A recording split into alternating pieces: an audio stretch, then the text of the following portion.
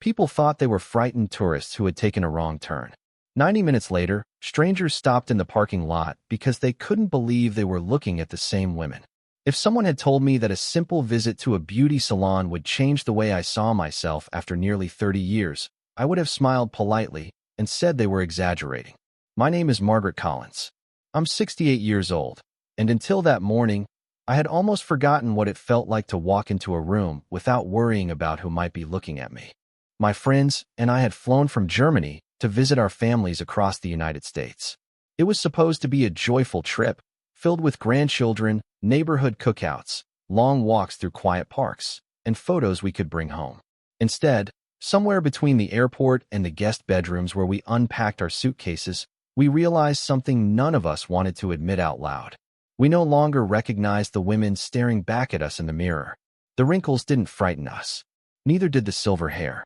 Life gives those gifts to everyone willing to live long enough.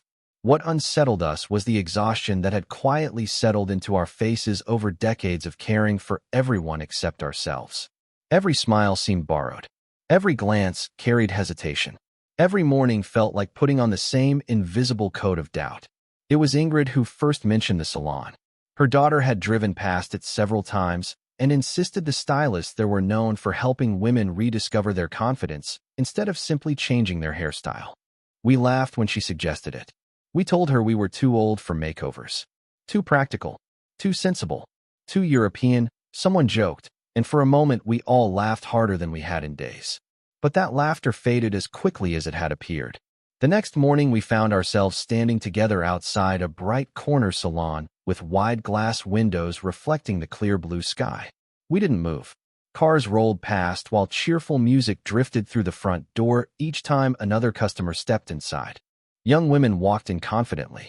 Mothers pushed strollers. A retired couple came out smiling, holding paper cups of coffee. We stood on the sidewalk like nervous students on the first day of school. My hand tightened around the strap of my handbag. I could feel my heartbeat in my chest over something as ordinary as opening a door. What if everyone inside looked at us with sympathy? What if they whispered that nothing could really help women our age? What if we spent money only to leave looking exactly the same? No one spoke those fears aloud, but I saw them in every face standing beside me. Ingrid looked down at her shoes. Helga quietly adjusted her scarf for the third time in 5 minutes. Ruth stared into the salon window before immediately looking away. I almost told everyone we should leave. I even took one small step backward.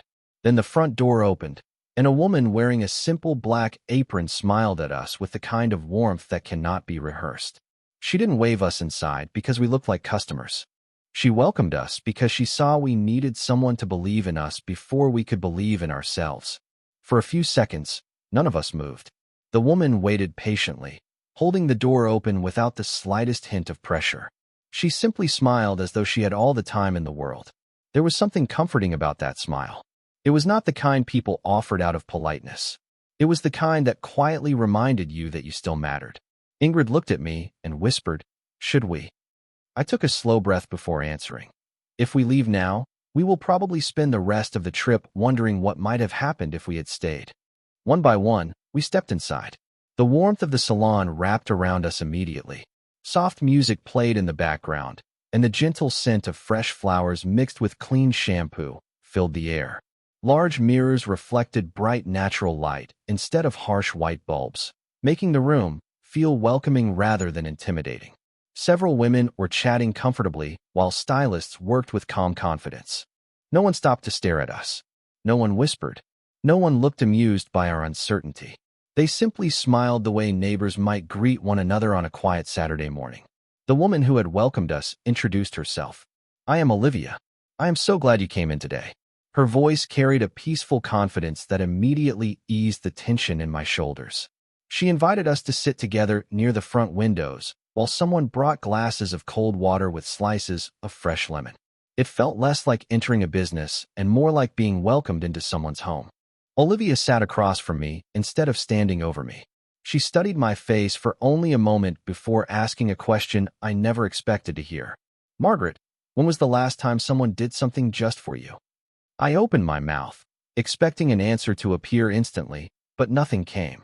My thoughts wandered backward through birthdays, anniversaries, family visits, hospital waiting rooms, and countless ordinary mornings that blurred together over the years. I remembered helping my husband through his health challenges before he passed away. I remembered caring for my aging parents before that. I remembered raising children, comforting grandchildren, cooking holiday dinners, and making sure everyone else felt seen and supported. Somewhere along the way, I had quietly disappeared from my own list. I finally smiled with a touch of embarrassment. I honestly cannot remember. Olivia nodded as though she had heard that answer many times before. She did not respond with sympathy. She responded with understanding.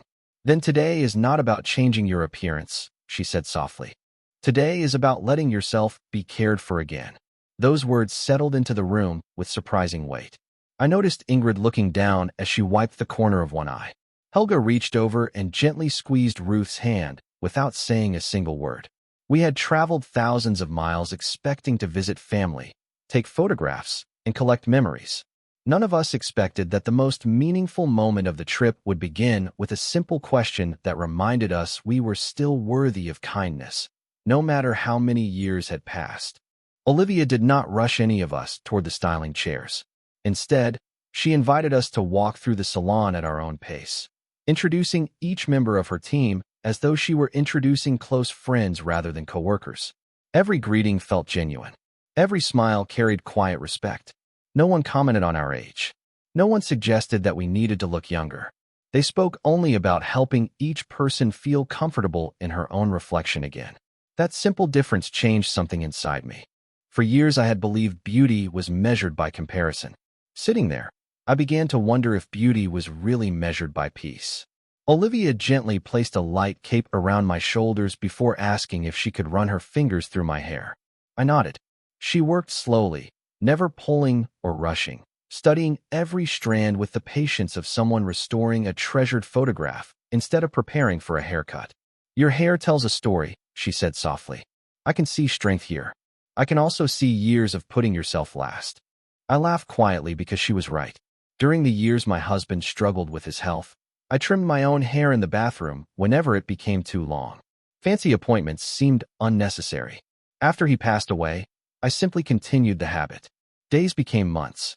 Months became years. Looking presentable was enough. Feeling beautiful no longer seemed important. Across the room, I watched Ingrid speaking with another stylist. She had removed her scarf for the first time since we arrived, revealing soft silver curls she had hidden beneath fabric almost every day.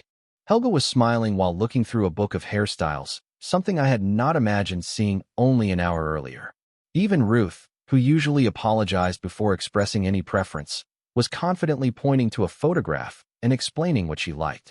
It was remarkable how quickly kindness could replace hesitation when people felt safe from judgment. Olivia handed me a small mirror and asked me to look carefully before we made any changes. I expected to feel disappointment, but instead I noticed details I had ignored for years. My eyes still carried warmth.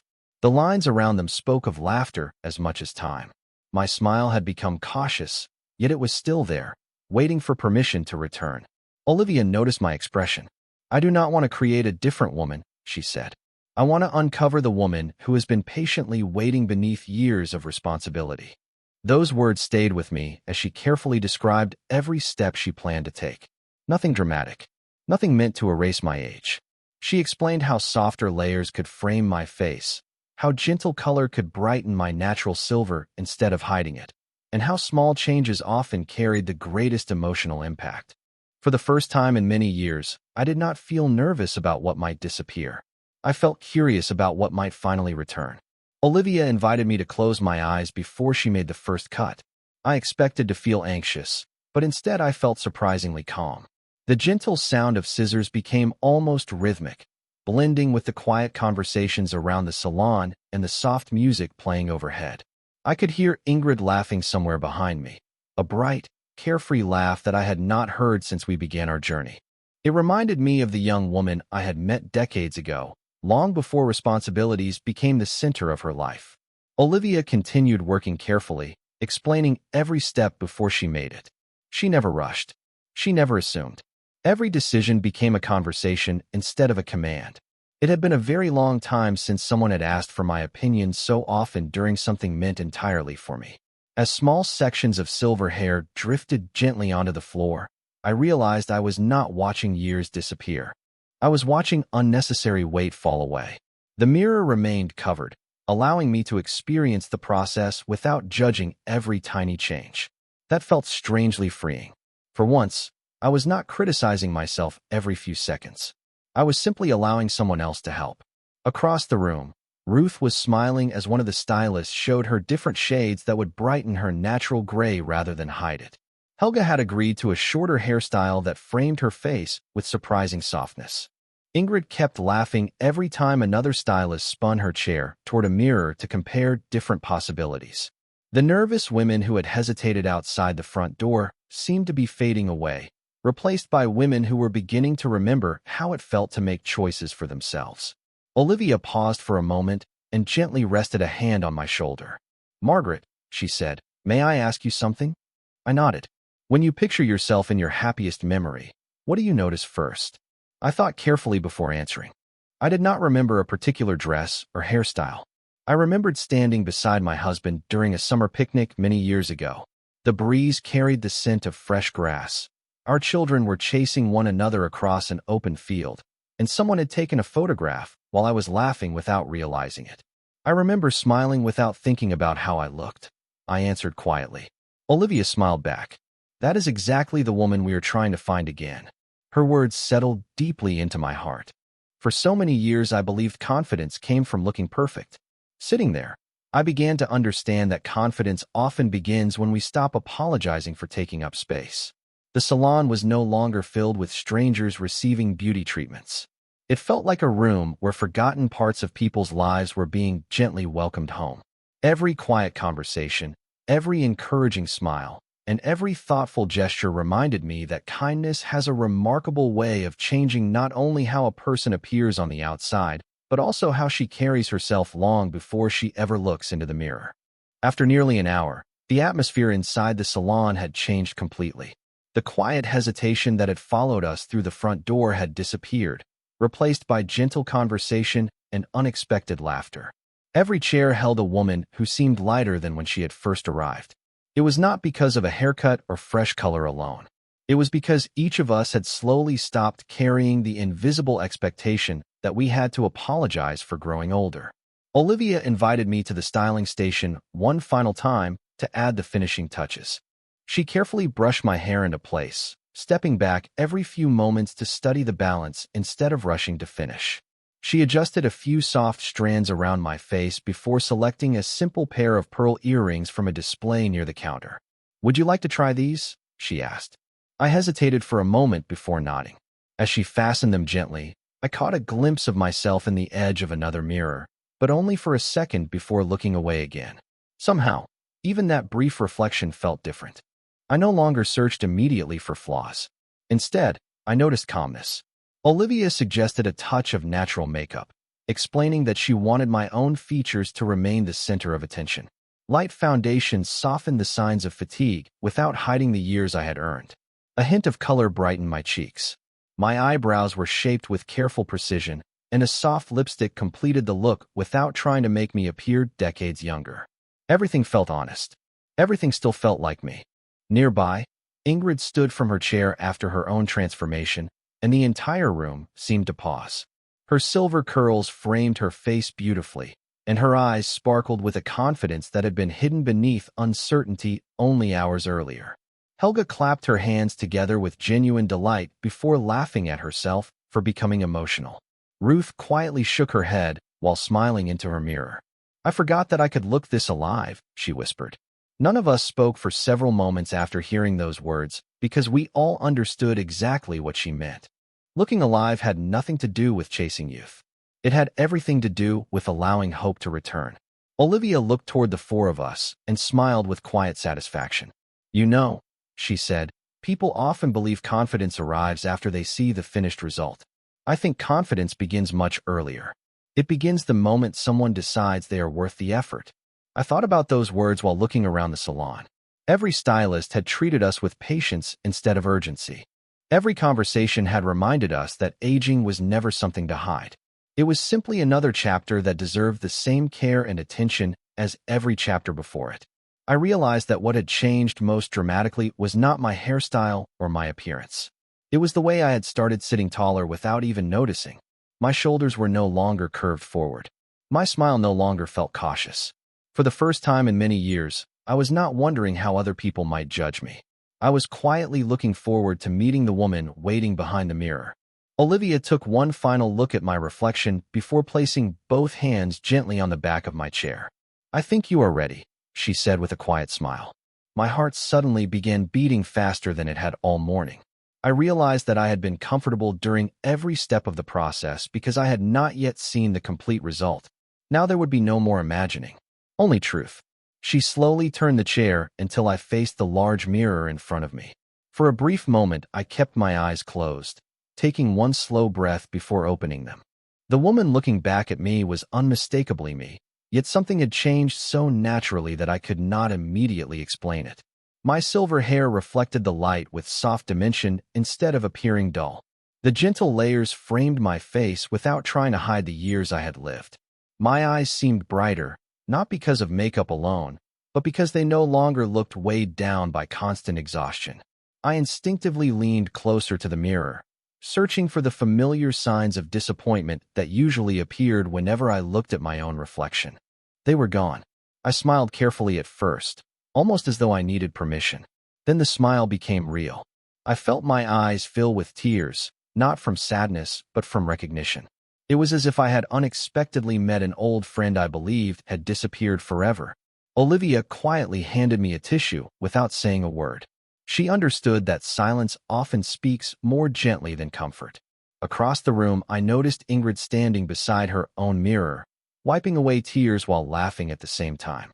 Helga turned slowly in her chair, admiring herself from different angles before shaking her head in disbelief. Ruth covered her mouth with both hands, unable to stop smiling. We looked at one another, and for a few wonderful seconds no one spoke. Words seemed too small for what we were feeling. Eventually, Ingrid broke the silence with a laugh. "We spent all morning worrying that people would stare at us," she said. "Now I think we forgot to stare at ourselves with kindness for many years." Every stylist in the room smiled after hearing that. Olivia nodded gently before answering. "Sometimes the most important opinion is the one waiting in the mirror." Those words stayed with me as I stood from the chair. I noticed something unexpected. My posture had changed without conscious effort. My shoulders rested naturally instead of curling forward. My steps felt lighter. I no longer walked as though I hoped to pass unnoticed. It was not vanity. It was dignity quietly returning. One of the younger customers waiting near the reception desk looked at our group and smiled warmly. "You all look wonderful," she said sincerely. "But even more than that, you all look happy." I thanked her, realizing she had noticed the one transformation that no haircut alone could ever create. Before leaving, Olivia gathered the four of us together for one final photograph near the front windows where sunlight filled the room. Looking at that picture on her phone, I realized something remarkable. We had arrived looking like women carrying years of invisible weight. We were leaving looking like women who had finally remembered that growing older never meant becoming invisible.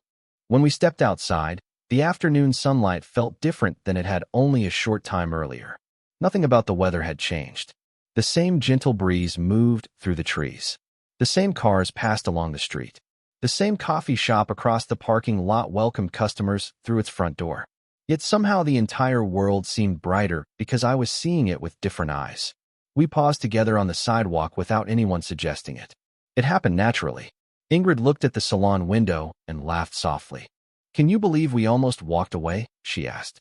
Helga smiled and shook her head. "If we had, we would still be carrying the same doubts we brought with us this morning."